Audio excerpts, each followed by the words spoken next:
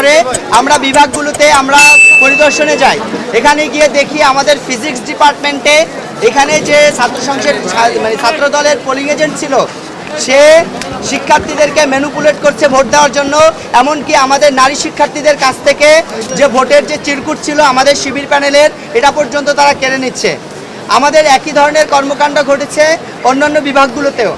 আমরা যখন দর্শন বিভাগে যাই, দর্শন বিভাগে যাওয়ার পরে আমরা দেখতে পাই ওখানে ছাত্র দলের যে প্যানেলিস্টরা আছে, যে এজেন্টরা, তারা তাদের প্যানেল পরিচিতি বই আকারে প্রকাশ করে অন্যান্য কেন্দ্রগুলোর মতো এখানে নিয়ে বসে আছে।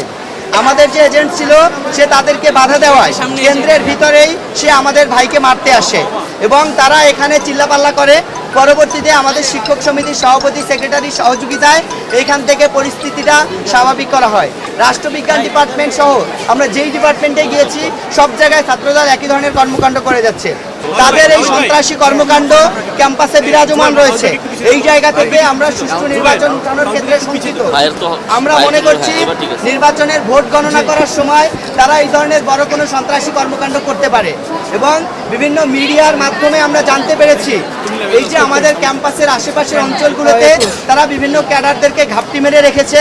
নির্বাচনের ভোট গ্রহণ করার সময় বড় ধরনের সমস্যার সৃষ্টি হতে পারে। আমরা নির্বাচন কমিশনের কাছে যাই, নির্বাচন কমিশন বরাবরের মতোই আমাদের উত্তর দেয়। তারা বলতেছে আমরা এগুলো এখনো জানি না, আমাদের কাছে আসেনি। এখন ভাই ইনস্ট্যান্ট সমস্যা হচ্ছে, এখানে তো লিখিত অভিযোগ দিয়ে সমস্যা সমাধান করা পসিবল না, এটা আপনাকে ইনস্ট্যান্ট সমাধান করতে হবে। কিন্তু নির্বাচন কমিশন বরাবরের মতোই তারা দায় সারা কথা বলছে এবং ছাত্রদলের সাথে পক্ষপাতিত্বমূলক আচরণ করছে।